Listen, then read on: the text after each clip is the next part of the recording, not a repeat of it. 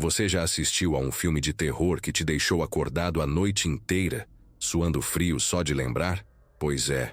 Agora imagine descobrir que a realidade pode ser ainda mais perturbadora que qualquer roteiro de Hollywood. Existe um nome que provoca calafrios até nos investigadores mais experientes: Albert Fish. Esqueça Jason, Freddy ou Michael Myers. Esse sujeito fez tudo isso parecer brincadeira de criança. O problema é que muita gente acha que monstros só existem na ficção. Mas e quando o verdadeiro terror veste paletó, frequenta a igreja e é pai de família? É aí que mora o perigo. Enquanto o mundo dormia tranquilo, Fish escrevia cartas sádicas, saboreava a carne de suas vítimas e mergulhava em rituais de canibalismo e automutilação. Não é exagero dizer que sua história desafia até a sanidade humana. Se você se interessa por psicologia criminal, mistérios obscuros e casos reais que colocam em xeque tudo o que a gente acredita sobre o bem e o mal, esse vídeo foi feito para você. A cada minuto, você vai mergulhar mais fundo na mente de um psicopata que combinava sadomasoquismo, necrofilia, tortura e pedofilia, como quem monta um quebra-cabeça diabólico. Mas fica o aviso: o que você está prestes a descobrir vai muito além do que se ensina nos livros. Distúrbios mentais, traumas de infância e uma sede por dor que ultrapassa qualquer lógica. Essa é a jornada insana de um homem que chocou até os tribunais dos crimes nos Iowa. Quer saber como um sujeito aparentemente comum virou o vampiro do Brooklyn, o Grey Man, e até hoje alimenta lendas urbanas? Então fica comigo até o fim, porque a cada detalhe revelado, você vai perceber que sim, a realidade pode ser muito mais sombria que qualquer filme de terror. Albert Fish não era só mais um criminoso na longa lista de serial killers que assombraram a história. Ele era um verdadeiro compêndio ambulante de distúrbios mentais. Imagina alguém que reunia sadomasoquismo, canibalismo, pedofilia, necrofilia e uma fome insaciável por dor? Pois é, Fish levava isso ao extremo. Ele não matava apenas por impulso. Cada ato seu parecia parte de um ritual insano, como se buscasse extrair algum tipo de prazer transcendental do sofrimento alheio e do próprio. Enquanto muitos serial killers apresentam um traço predominante, como a sede por poder ou controle, Fish era uma mistura caótica de tudo. Psicólogos forenses que estudaram seu caso se depararam com um verdadeiro desafio: como rotular alguém que parecia ir além até das classificações da psicopatia tradicional? Não bastava ser sádico. Ele gostava de se mutilar, de ser humilhado, de causar dor e observar o medo como um banquete. O prazer estava no tormento, tanto físico quanto psicológico. Um dos elementos mais sinistros é como ele via suas vítimas. Não como pessoas, mas como ingredientes de um perverso cardápio de perversão. O canibalismo, por exemplo, não era apenas uma prática macabra. Era uma forma de fusão com a vítima. Ele acreditava que, ao comê-las, incorporava suas almas. Sim, é pesado, mas é exatamente esse tipo de pensamento que faz de Albert Fish um dos mais assustadores serial killers já registrados. O mais curioso e assustador é que ele parecia completamente consciente de seus atos, o que só amplia o abismo de sua crueldade. Não havia aqui um surto repentino, um momento de loucura cega. Pelo contrário, seus crimes eram planejados, meticulosos, guiados por uma lógica interna perturbadora. E essa frieza faz com que seu perfil se destaque até mesmo entre os piores criminosos dos crimes no Iowa. O termo psicopata muitas vezes é usado de forma genérica, mas em Fish, ele ganha um significado mais profundo. Ele era o próprio estudo de caso, a encarnação do mal vestido em pele humana. A mistura de distúrbios mentais graves com uma infância marcada por traumas criou um terreno fértil para o nascimento de um monstro. E o mais aterrorizante, ele sabia disso. E gostava. Prepare-se, porque ainda nem começamos a tocar nos detalhes mais sombrios dessa história. Albert Fish sabia exatamente onde atacar. Ele não escolhia vítimas ao acaso. Suas presas preferidas eram crianças pequenas, muitas vezes em situação de vulnerabilidade extrema. Ruas, orfanatos, bairros pobres. Ele rondava esses locais com a frieza de um caçador experiente. E não bastava apenas que fossem jovens. Ele buscava aquelas que, aos olhos da sociedade, não fariam falta. Crianças com deficiência mental, filhos de famílias desestruturadas, pequenos invisíveis ignorados até pelos vizinhos. Um detalhe grotesco e revoltante é que Fish acreditava que a carne dessas crianças era mais macia quando apanhavam antes de morrer. Sim, é exatamente isso que você leu. Ele transformava o corpo das vítimas em uma experiência sensorial própria, como se fosse um chefe macabro da dor. Isso ele mesmo descreveu com frieza em algumas de suas cartas sádicas, o que deixa claro o quanto o canibalismo estava ligado a uma distorção profunda entre prazer, dor e alimento. Essas crianças, além de frágeis, eram alvos fáceis de manipulação emocional. Fish se aproximava com simpatia, oferecia ajuda, comida ou até promessas de emprego, o que fez com que Grace Budd, por exemplo, fosse convencida a acompanhá-lo sem resistência. A mente dele era uma armadilha perigosa. Por fora, ele parecia um senhor inofensivo. Por dentro, um psicopata ávido por sofrimento. É uma combinação que deixa qualquer pessoa com um nó na garganta. Imagine viver numa época em que os cuidados com crianças em situação de rua eram quase inexistentes. Esse era o cenário ideal para monstros como Fish. A ausência de proteção social, a fragilidade das famílias e o preconceito com crianças consideradas problemáticas abriam caminho para abusos brutais. Cada desaparecimento era mais um grito ignorado. Ele se aproveitava disso com maestria, como se o próprio sistema tivesse preparado a trilha para seus crimes nos Israel. E talvez o mais triste nisso tudo seja pensar na quantidade de vítimas que jamais tiveram seus nomes conhecidos. Embora Fish tenha confessado poucos assassinatos, ele alegava ter matado mais de 100 crianças. Muitas dessas histórias desapareceram no tempo, soterradas pela negligência, pelo medo e pela brutalidade. A cada nova revelação sobre essas vítimas, fica ainda mais claro que Fish não era apenas um assassino. Ele era uma tempestade que devastava os mais frágeis, silenciosamente. Se tem algo que separa Albert Fish até mesmo dos serial killers mais cruéis, é a relação bizarra que ele tinha com a própria dor. Ele não apenas a causava nos outros, ele buscava a dor em si mesmo como fonte de prazer. É aí que entra um dos detalhes mais impressionantes de sua história. Fish encerava agulhas na região pélvica, voluntariamente. Sim, ele espetava dezenas delas. 24 para ser exato, segundo os exames de raio-x feitos após sua prisão. Dá para imaginar o nível de distorção psíquica envolvido nisso? Mas não para por aí. Ele também costumava embebedar algodão em álcool, colocá-lo em seu ânus e atear fogo. Isso mesmo.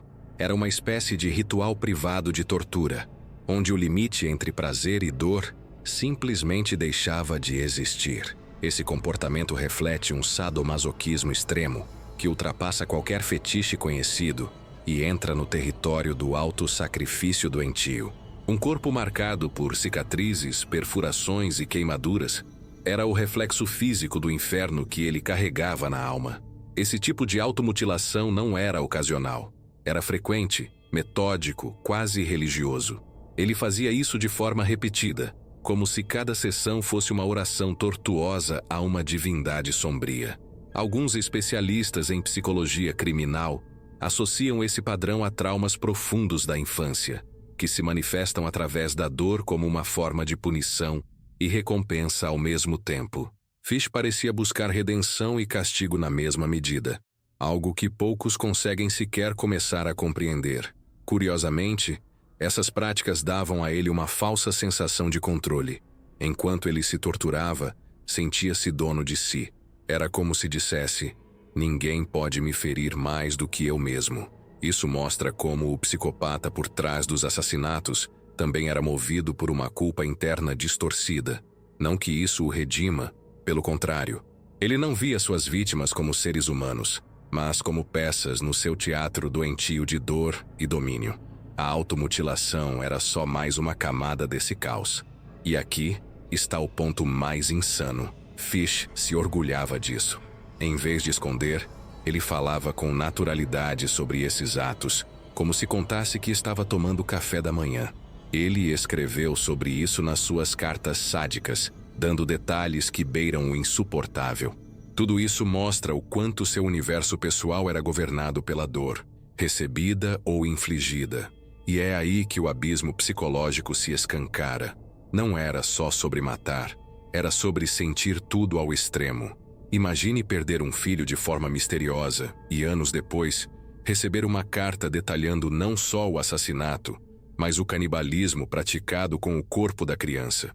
E o mais cruel, escrita pelo próprio assassino, com vocabulário educado, estrutura clara e um prazer macabro em cada palavra.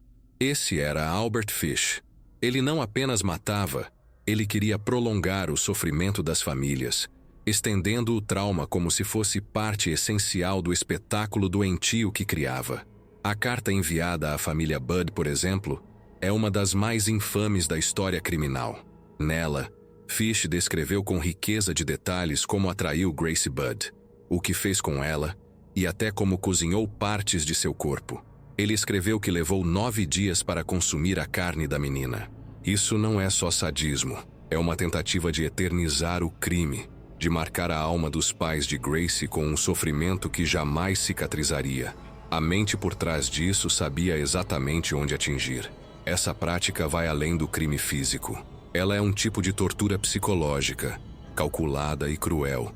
É como se Fish sentisse necessidade de reafirmar seu poder, não apenas sobre a vítima, mas sobre todos que a amavam.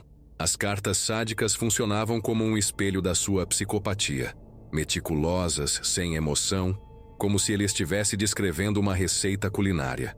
Para o leitor, cada linha era um soco no estômago. Para Fish, era só mais um capítulo da sua peça macabra. Há quem diga que essas cartas tinham também um componente de vaidade. Fish queria ser lembrado. Ele queria que o mundo soubesse o que havia feito, não por arrependimento, mas por orgulho. Isso se encaixa em muitos perfis de serial killer, onde o criminoso sente prazer em manipular a narrativa pública. Mas no caso dele, havia algo a mais. Ele parecia querer garantir que sua reputação de monstro sobreviveria ao tempo. E conseguiu.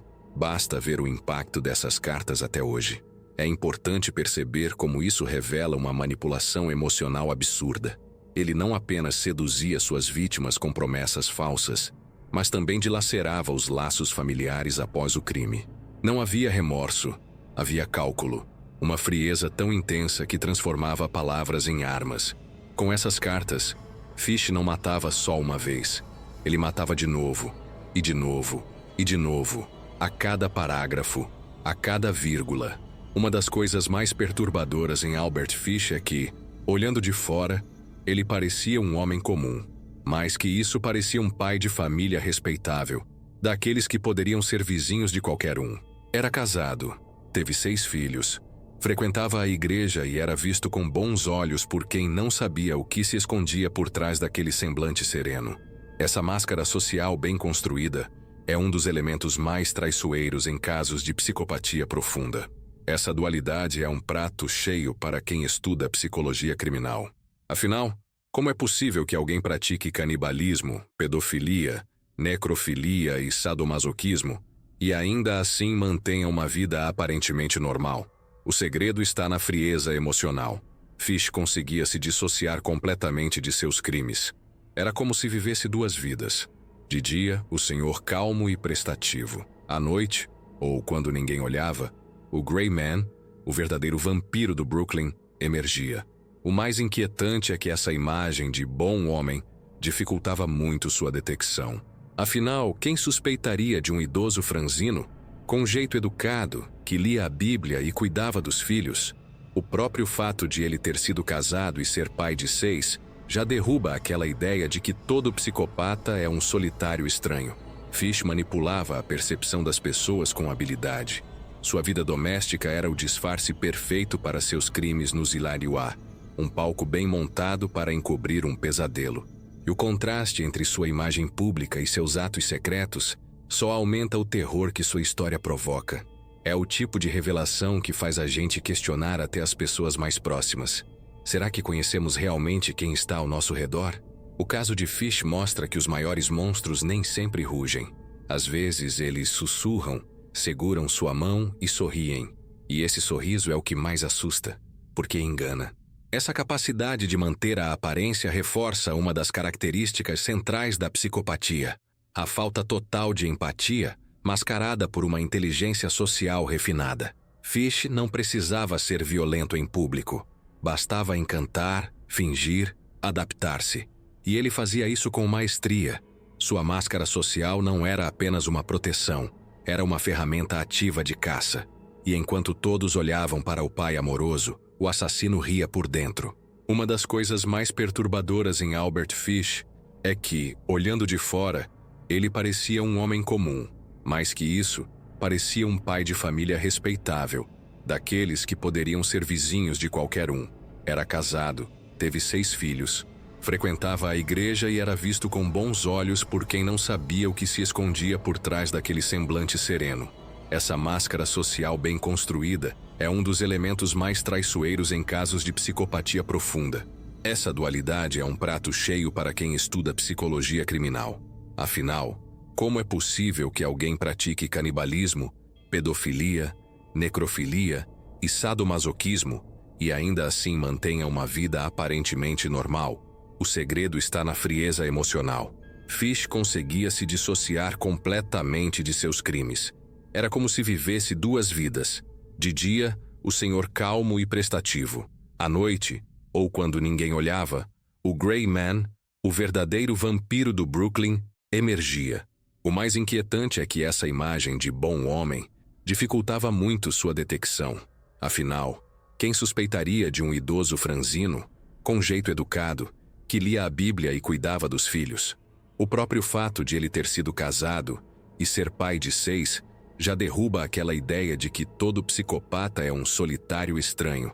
Fish manipulava a percepção das pessoas com habilidade. Sua vida doméstica era o disfarce perfeito para seus crimes nos Ewer, um palco bem montado para encobrir um pesadelo. E o contraste entre sua imagem pública e seus atos secretos só aumenta o terror que sua história provoca. É o tipo de revelação que faz a gente questionar até as pessoas mais próximas. Será que conhecemos realmente quem está ao nosso redor? O caso de Fish mostra que os maiores monstros nem sempre rugem. Às vezes eles sussurram, seguram sua mão e sorriem. E esse sorriso é o que mais assusta, porque engana. Essa capacidade de manter a aparência reforça uma das características centrais da psicopatia: a falta total de empatia, mascarada por uma inteligência social refinada. Fish não precisava ser violento em público. Bastava encantar, fingir, adaptar-se. E ele fazia isso com maestria. Sua máscara social não era apenas uma proteção, era uma ferramenta ativa de caça. E enquanto todos olhavam para o pai amoroso, o assassino ria por dentro. Poucos criminosos na história carregam tantos apelidos quanto Albert Fish. Isso já diz muito sobre o impacto que ele causou. Cada nome: Vampiro do Brooklyn, Gray Man, o Lobisomem de Wisteria, refletia uma faceta diferente da sua monstruosidade. O apelido Gray Man, por exemplo, veio da descrição comum que suas vítimas sobreviventes faziam: um homem pálido, quase invisível, com roupas sem cor e olhar morto. Um verdadeiro fantasma em carne e osso. Já o título Vampiro do Brooklyn era mais simbólico. Não que ele sugasse sangue literalmente, mas seu canibalismo, aliado à forma metódica com que caçava suas vítimas, lembrava as lendas de vampiros. Mas com um detalhe bem mais assustador: Fish não precisava de presas afiadas. Bastava um convite gentil, um sorriso educado e pronto. A vítima estava dentro da sua teia. Esses nomes não foram escolhidos pela mídia à toa. Eles serviam para tentar definir o indefinível, dar rosto ao terror. Sua trajetória criminosa se estendeu de 1924 a 1928. Período em que as autoridades americanas estavam completamente despreparadas para lidar com um perfil como o dele. Fish era como um enigma vivo. Desaparecia por anos, surgia em outra cidade e cometia crimes com características tão bizarras que nem pareciam reais. Só foi preso em 1928, após anos de terror, e a comoção foi tanta que sua captura virou notícia nacional. Mesmo depois da prisão, o mistério em torno da sua figura só cresceu. Ele falava em vozes que diziam o que fazer, Contava histórias de outros assassinatos sem nunca dar provas concretas, e parecia genuinamente satisfeito com a fama que ganhou. Era como se ele tivesse alcançado seu objetivo final: ser lembrado, ser temido, virar lenda. E, de fato, virou. Até hoje, o nome de Fish é citado em livros de criminologia e em estudos sobre psicopatia e distúrbios mentais graves.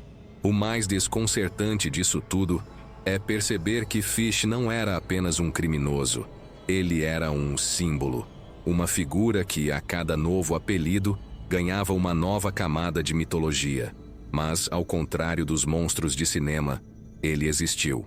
Andou pelas ruas, falou com gente comum, segurou crianças no colo, e é essa proximidade com o cotidiano que torna tudo ainda mais arrepiante. E no próximo ponto, você vai ver como ele usava até o nome de Deus para justificar sua sede de dor. Uma das coisas mais insanas sobre Albert Fish era a forma como ele justificava suas ações. Em vez de negar ou demonstrar arrependimento, ele afirmava que ouvia a voz de Deus, que supostamente o ordenava a cometer os crimes. Para muitos especialistas em psicologia criminal, isso aponta para um estado psicótico grave, possivelmente misturado com um delírio messiânico. Mas no fundo, havia algo ainda mais macabro. Ele usava essas alegações como uma forma de controlar, manipular e justificar sua brutalidade. Fish não era apenas um executor frio, ele era um manipulador emocional de primeira linha. Ele sabia exatamente o que dizer para ganhar a confiança de suas vítimas, de suas famílias e até das autoridades. Criava histórias, se passava por pessoas confiáveis, prometia empregos, presentes, comida. Ele não era apenas um monstro violento, era um ator premiado em seu próprio teatro de horrores. A lábia fazia parte do crime, e era tão afiada quanto a lâmina com que matava. Mas o fascínio dele pelo sofrimento ia além da manipulação alheia. Ele gostava de ver a dor, sentir a dor e causar dor, não como um simples impulso. Era como se o sofrimento fosse uma entidade que ele venerava. Cada gesto, cada crime, cada carta, tudo indicava que Fish não agia por impulso, mas por devoção ao tormento. É algo que foge totalmente da compreensão lógica, mas está ali, documentado em seus depoimentos e nos testemunhos das famílias. Esse tipo de perfil é raríssimo e extremamente perigoso. Ele conseguia manter uma aparência inofensiva, enquanto cultivava uma mente voltada ao terror. O prazer não vinha só da morte, vinha de prolongar o desespero, de ver a esperança sendo destruída pouco a pouco. A manipulação era uma forma de poder. Fish não queria apenas matar, queria ser lembrado, queria dominar cada pedaço da vida das pessoas, mesmo após ter destruído fisicamente suas vítimas. É por isso que, quando estudamos sua trajetória, vemos muito mais do que um simples criminoso. Vemos alguém que transformou a psicopatia em um sistema, em uma rotina. Ele mesmo dizia que era como um instrumento divino, o que ironicamente o tornava ainda mais perigoso. Porque quando alguém acha que está cumprindo uma missão, o limite simplesmente desaparece. E no próximo tópico, veremos como essa arrogância o levou a cometer erros e à sua captura. Durante anos, Albert Fish passou despercebido. Seus crimes, por mais horrendos que fossem, aconteciam em um contexto de pouca investigação forense, comunicação limitada entre estados e, muitas vezes, em comunidades negligenciadas. Mas foi o caso da pequena Grace Budd que acabou sendo seu maior erro. Fish não resistiu à tentação de escrever mais uma de suas cartas sádicas, descrevendo com detalhes arrepiantes como canibalizou a menina durante 9 dias. Essa carta, por mais perversa que fosse, trouxe elementos que ajudaram a polícia a finalmente chegar até ele. O conteúdo da carta chamou atenção não só pelo horror, mas por certos detalhes que indicavam o grau de conhecimento geográfico e hábitos de escrita do autor. Um investigador perspicaz percebeu que o envelope da carta trazia uma pista essencial: uma empresa de limpeza onde Fish havia passado algum tempo. Com base nesse detalhe, a polícia começou a montar o quebra-cabeça, conectando nomes, endereços e testemunhos. A teia que Fish havia construído com tanta habilidade começou a desmoronar. O momento da prisão foi quase cinematográfico. Fish, já idoso e de aparência frágil, parecia incapaz de qualquer maldade. Mas quando os policiais entraram em sua casa e começaram a fazer perguntas, ele não tentou fugir, nem mentiu. Simplesmente contou tudo. Com uma calma assustadora, começou a relatar seus crimes como se estivesse narrando a programação da semana. Foi nesse instante que os investigadores perceberam que estavam diante de um dos psicopatas mais frios e calculistas da história dos crimes no Zilaiwa. No julgamento, a defesa tentou alegar insanidade. Afinal, como alguém em sã consciência poderia fazer o que ele fez? Mas os promotores foram firmes ao demonstrar que Fish sabia o que estava fazendo. Ele tomava precauções, mentia quando necessário e escondia provas. Isso indicava consciência dos próprios atos, o que pesou enormemente contra ele. A confissão do assassinato de Grace Budd foi o ponto central do processo. Embora Fish alegasse ter matado mais de 100 crianças, uma afirmação que nunca foi completamente confirmada. A sentença foi clara, pena de morte, e o instrumento escolhido foi a cadeira elétrica. Em 1936, Fish foi executado, encerrando oficialmente um capítulo sombrio da justiça americana. Mas o impacto de seus crimes permanece até hoje. Investigadores e criminólogos ainda estudam seu caso como um exemplo extremo de psicopatia, combinada com distúrbios mentais profundos. E mesmo após sua morte, ele continua nos assombrando, não apenas por suas ações, mas pelo que elas revelam sobre o lado mais obscuro da mente humana. Se os crimes confirmados de Albert Fish já são suficientes para provocar calafrios, imagine o impacto de suas próprias alegações. Ele dizia ter matado mais de 100 crianças ao longo da vida. Claro, nem todas essas confissões puderam ser comprovadas, mas mesmo que uma fração disso seja real, o número já o coloca entre os serial killers mais brutais da história do Zio. E aqui, o mais perturbador não é só a quantidade, mas a naturalidade com que ele falava sobre isso. Durante os interrogatórios, Fish relatava suas supostas vítimas como quem lista tarefas de um dia comum. Falava de crianças encontradas em parques, orfanatos, bairros afastados, sempre em situação de extrema vulnerabilidade, como vimos anteriormente. Muitas vezes ele usava nomes falsos para atrair as crianças com promessas inocentes, como doces ou ajuda com sacolas. Era como se ele colecionasse vidas, cada uma marcada por seu próprio ritual macabro. A polícia conseguiu confirmar 5 assassinatos, e Fish foi formalmente acusado por 3.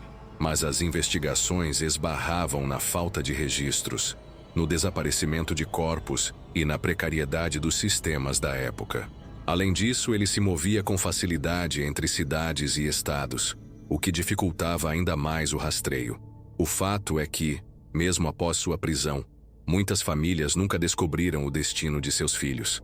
O vazio deixado por esses desaparecimentos é uma ferida que o tempo não curou. Esse comportamento de superconfissão também pode ser interpretado de 2 maneiras.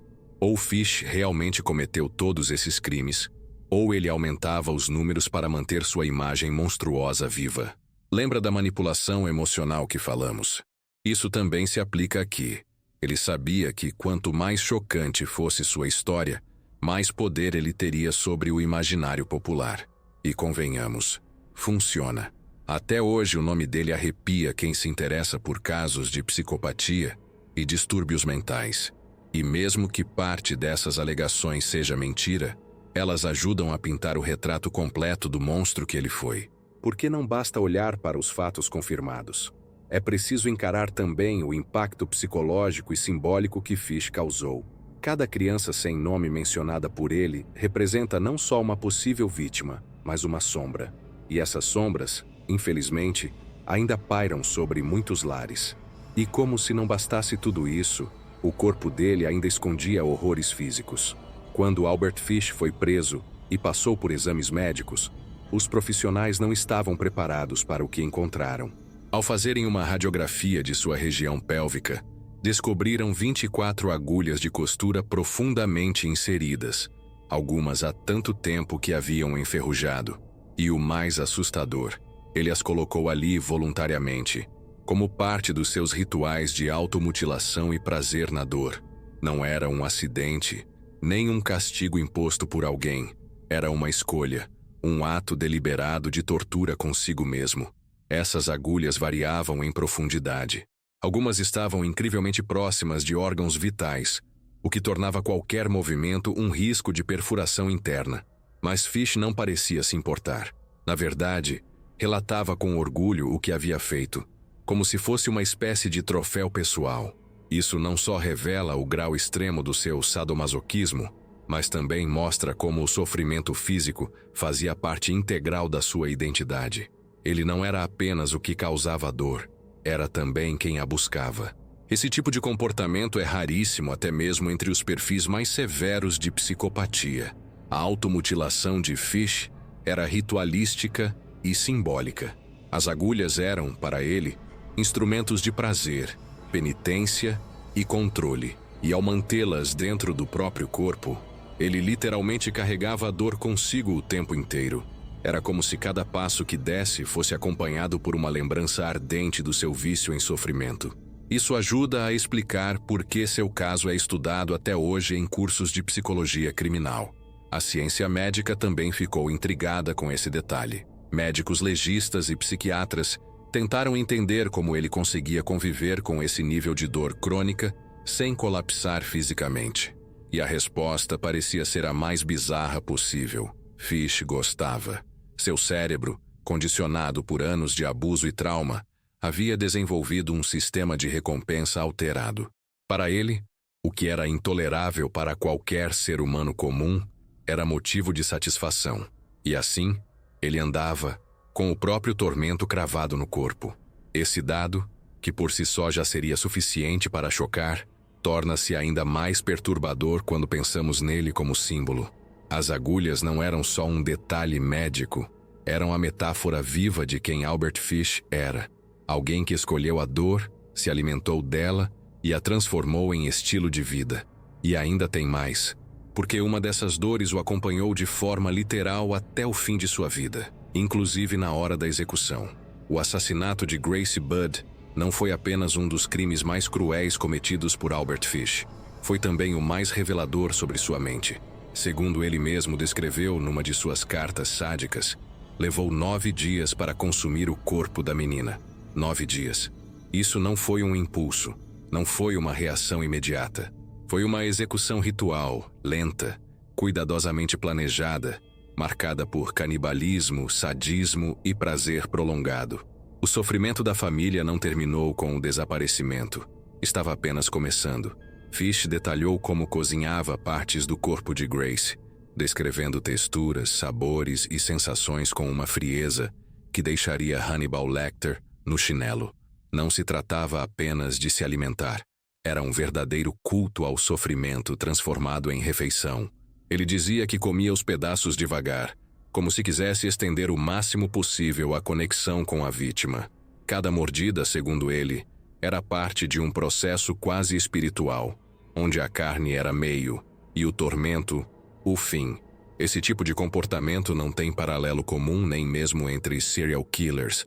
O ato de torturar emocionalmente os familiares após o assassinato, como ele fez ao enviar a carta à mãe de Grace, já seria cruel o bastante.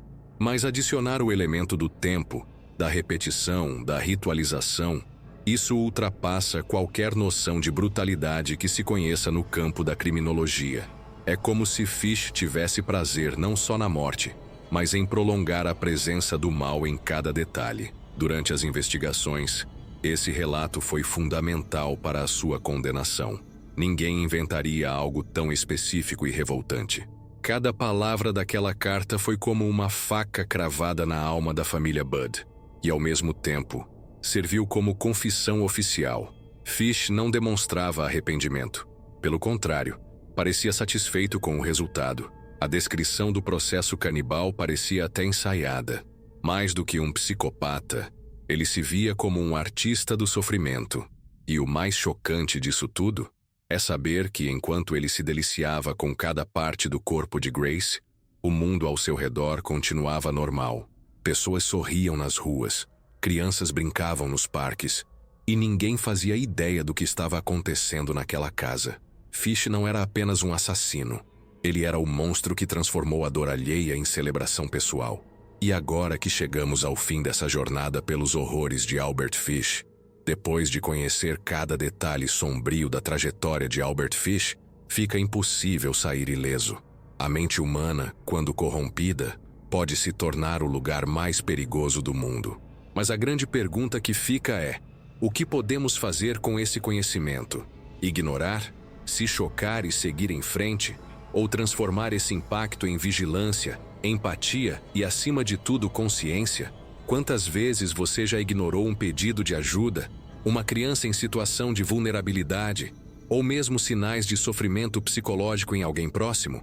A história de Fish, por mais extrema que seja, serve de alerta. O mal nem sempre grita. Às vezes, ele sussurra baixinho onde ninguém presta atenção. E é nesse silêncio que ele cresce.